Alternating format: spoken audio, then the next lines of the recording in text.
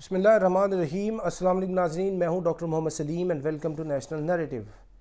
ناظرین، صارفین کو لیسکو فیول ایڈجسٹمنٹ چارجز دوبارہ 6 اقساط میں واپس کرنا ہوں گے۔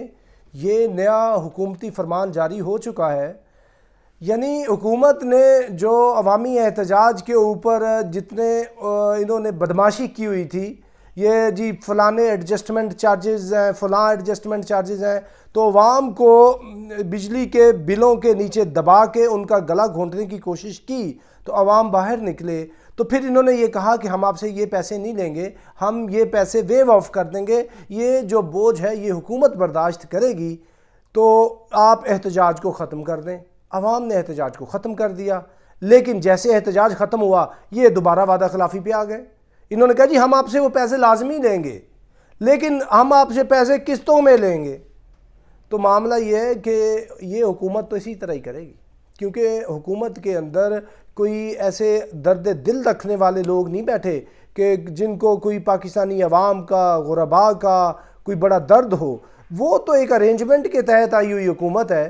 اس میں کرنا یہ ہوگا کہ عوام کو پھر معنی خیز طریقے سے ایک پورے کا پورا امپیکٹ ڈالنے والا پروٹیسٹ کرنا ہوگا، پاکستان کے گلی کوچوں میں نکلنا ہوگا، آپ کو پورے پاکستان کے اندر ایک انقلابی انداز میں باہر آنا ہوگا اور اس حکومت کو بتانا ہوگا کہ جناب آپ اس طرح کی بدماشی نہیں کر سکتے۔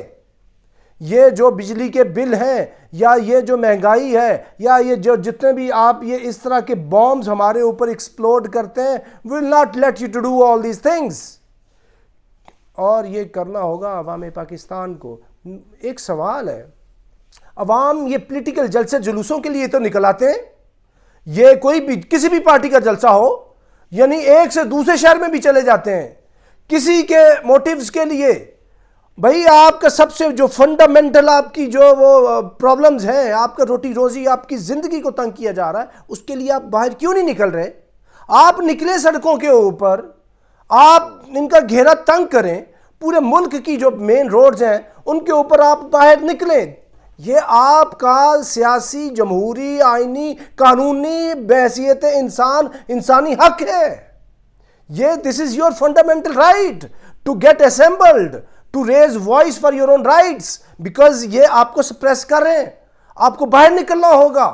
پچھلی دفعہ آپ تھوڑا سا باہر نکلے، اس کا آپ نے امپیکٹ دیکھ لیا کہ ہم جناب حکومت کہتی تھی ہم یہ بوجھ برداشت کریں گے، عوام جائیں گھروں میں سکون کریں۔ تو آپ کو ابھی بھی دوبارہ دیوانہ وار باہر آنا ہوگا اور ان کو بتانا ہوگا کہ عوام پاکستان کوئی نشہ پی کے نہیں سو چکے۔ عوام آپ کے اس جو معاشی یہ جو بدماشی ہے، یہ جو معاشی دہشت گردی ہے، اس سے بالکل بے خبر نہیں ہے۔ آپ باہر نکلیں، ان کو بتائیں۔ آپ جب تک نہیں نکلیں گے یہ آپ کو اتنا دباتے جائیں گے کہ جب تک آپ مر نہ جائیں یہ آپ کی جان نہیں چھوڑیں گے۔ تو لہٰذا اس کے اوپر آپ کو عمل کرنا ہوگا۔ دوسری بات یہ ہے کہ شمالی کوریا نے بہت سٹرونگ ریزالو کا مظاہرہ کیا ہے اور انہوں نے یہ کہا ہے کہ ہم اپنی جو اٹامک جتنی بھی ہماری ایکٹیویٹیز ہیں اس سے ہم کسی صورت پیچھے نہیں ہٹیں گے۔ شمالی کوریا کی سپریم پیپلز اسمبلی نے ایک لیجسلیشن پاس کی ہے کہ دوبارہ سے 9 آنورڈز کسی بھی طرح کا کوئی ڈائلاگ نہیں ہم کریں گے اپنے ایٹم بام کے اوپر، اس کو بارگین چپ کے طور پہ استعمال نہیں کریں گے۔ 2019 میں جب ٹرمپ کی اور شمالی کوریا کے کم کی ملاقات ہوئی تھی تو ان کے درمیان یہی تھا کہ شاید شمالی کوریا تھوڑا سا وڈرا کر جائے، بیک فوٹنگ پہ آ جائے، لیکن پھر امریکا نے اور ویسٹرن ورلڈ نے شمالی کوریا کی اس سگنلنگ کا پازیٹیو جواب نہیں دیا تھا، تو تب سے معاملات ایسے ہی ہینگ ہوئے تھے۔ تو اب شمالی کوریا نے کہا ہے کہ جو مرضی ہوئے، ہم جو ہے اپنے اس کے اوپر اٹامک پاور کے اوپر کوئی کمپرومائز نہیں کریں گے۔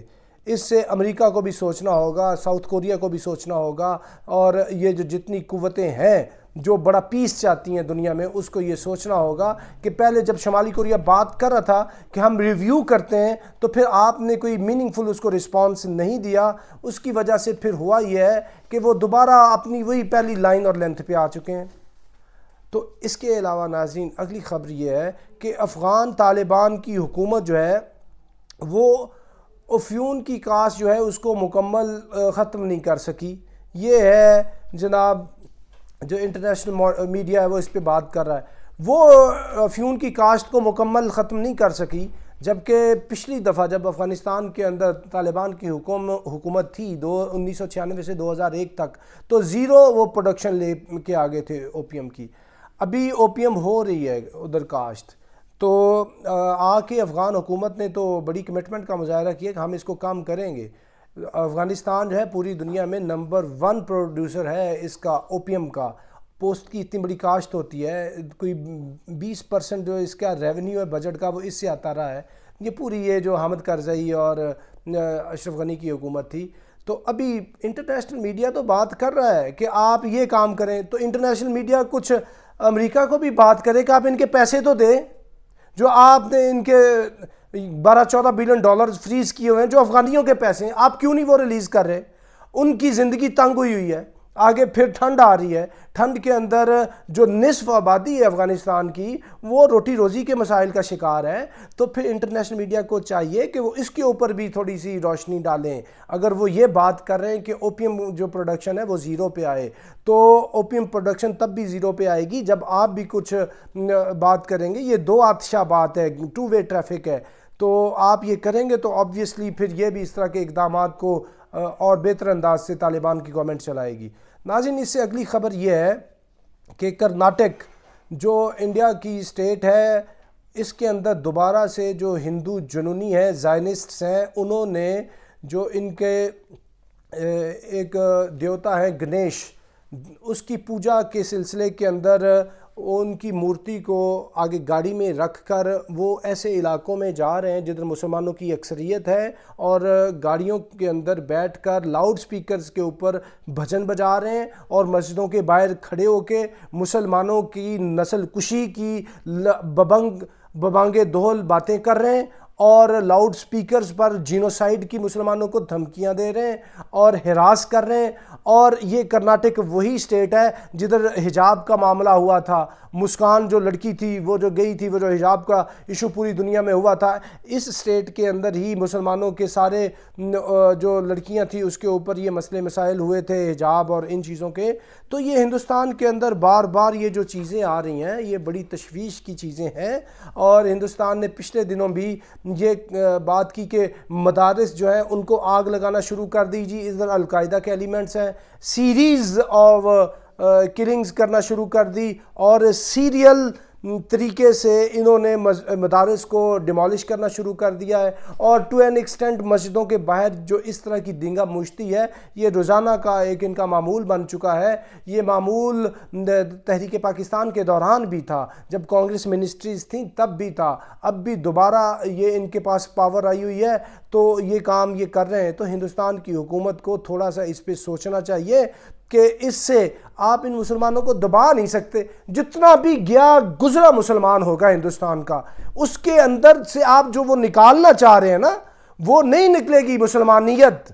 وہ آپ جتنا مرضی وہ ہندوستان سے مروب ہو، آپ کے کلچر کے اندر جتنا مرضی وہ مدغم ہو، لیکن وہ جو اس کے اندر ایک وہ جو ایلیمنٹ پڑا ہوا ہے نا، جس کو نظریہ کہتے ہیں، فیتھ کہتے ہیں، ایمان کہتے ہیں، وہ نہیں نکال سکتے آپ. وہ فاقہ کش کے موت سے ڈرتا نہیں ذرا، روح محمد اس کے بدن سے نکال دو. یہ آپ چاہتے ہیں ابلیسی فرمان کے تحت، لیکن وہ نکلے گا نہیں. اس سے نکالنے سے گریز کریں، اس سے پھر فتور آئے گا. ہندوستان جو ہے وہ اس سے بہت زیادہ مسائل کا شکار ہوگا. ایک ملک کے اندر خانہ جنگی آئے گی. آپ مسلمانوں کے جو وہ مذہبی عبادت گاہوں کی طرف یہ کر رہے ہیں، مسلمانوں کے اسلامی شعار کو اس طرح ہیومیلیٹ کر رہے ہیں، تو پھر آپ توقع رکھیں گے کہ مسلمان آپ کے لیے کوئی خیر کریں؟ اس طرح نہیں ہوگا. یہ حکومت کو سوچنا چاہیے، یہ سنگھ پریوار کو سوچنا چاہیے، یہ بی جے پی کی ٹاپ لیڈرشپ کو سوچنا چاہیے. تو یہ سوچنے کی بات ہے یہ، اور امن کے لیے، ہندوستان کی آشتی کے لیے ہندوستانیوں کو یہ سوچنا ہوگا. ناظرین، اب تک کے لیے اتنے. Up till next time, thank you very much. Pakistan زندہ باد.